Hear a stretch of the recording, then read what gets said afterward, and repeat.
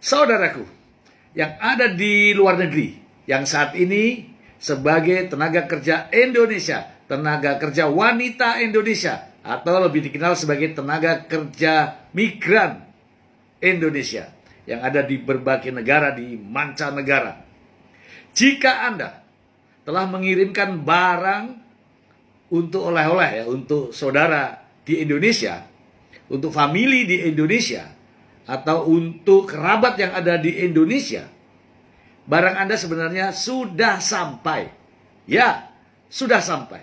Namun saat ini semua barang kiriman dari TKI, TKW, tenaga kerja migran yang ada di luar negeri tersimpan di gudang penyimpanan barang. Sudah sampai sebenarnya, tapi sampainya di gudang.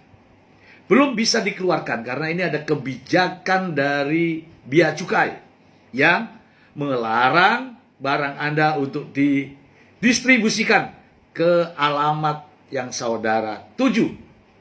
Mengapa?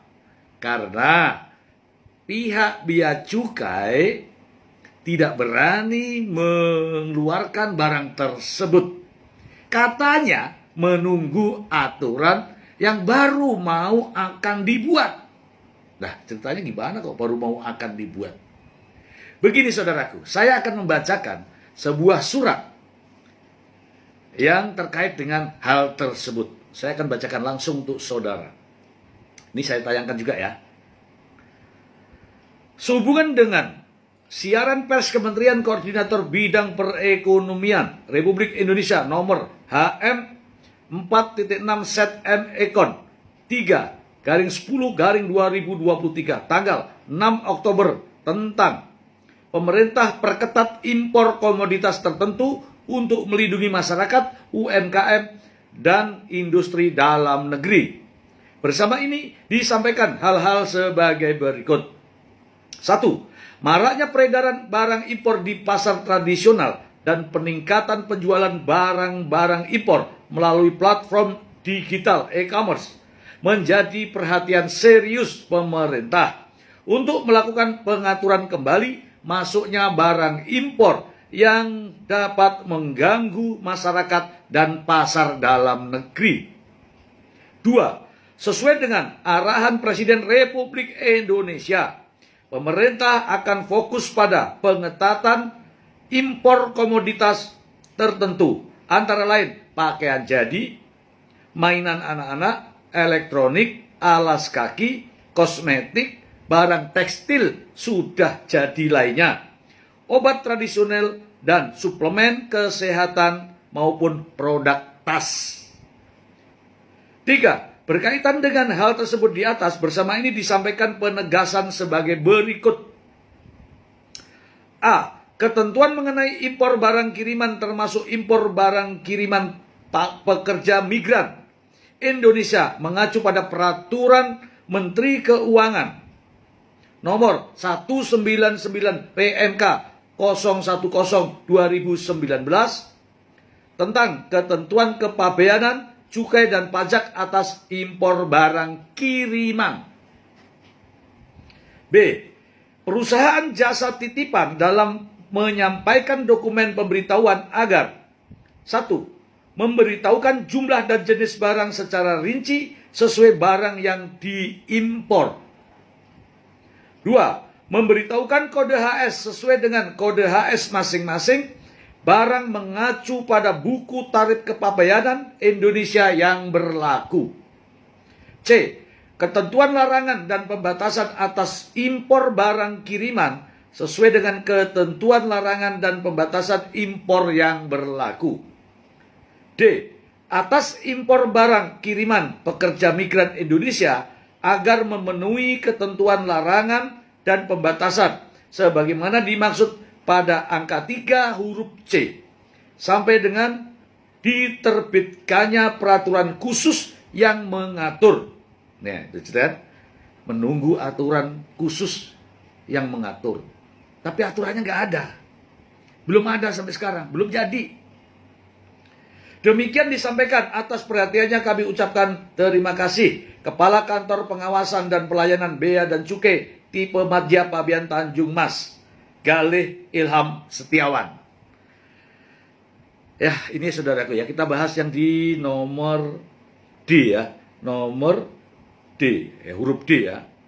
Atas impor barang kiriman pekerja migran Indonesia agar memenuhi ketentuan larangan atas pembatasan sebagaimana dimaksud pada angka 3 huruf C yang tadi, sampai dengan diterbitkannya peraturan khusus yang mengatur.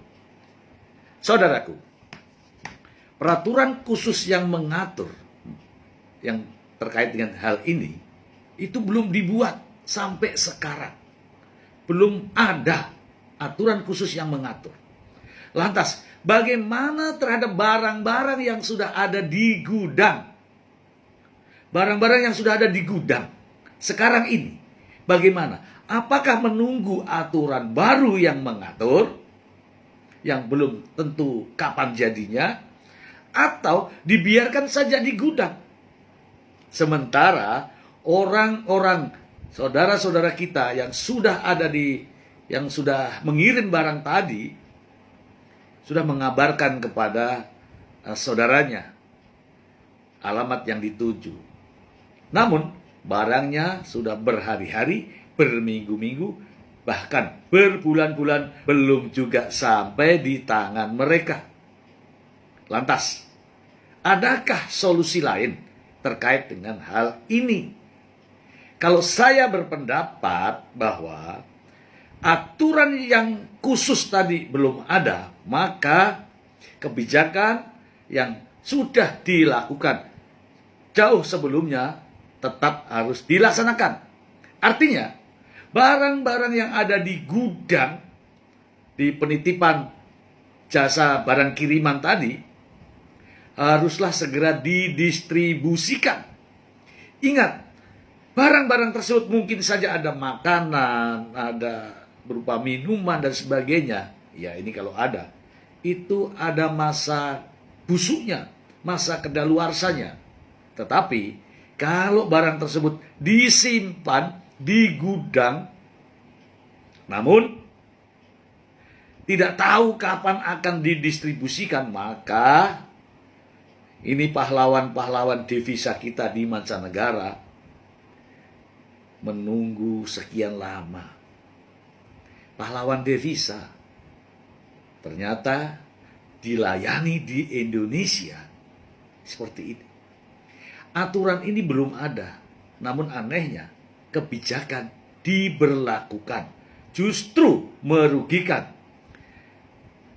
pengirim barang, penerima barang, pemilik perusahaan jasa titipan juga dirugikan. Kenapa? Karena pengusahanya punya karyawan dan menggaji tiap bulannya, namun tidak ada penghasilan. Ini untuk sementara ya. Jadi menindaklanjuti terkait dengan kebijakan pemerintah yang tidak bijak. Demikian.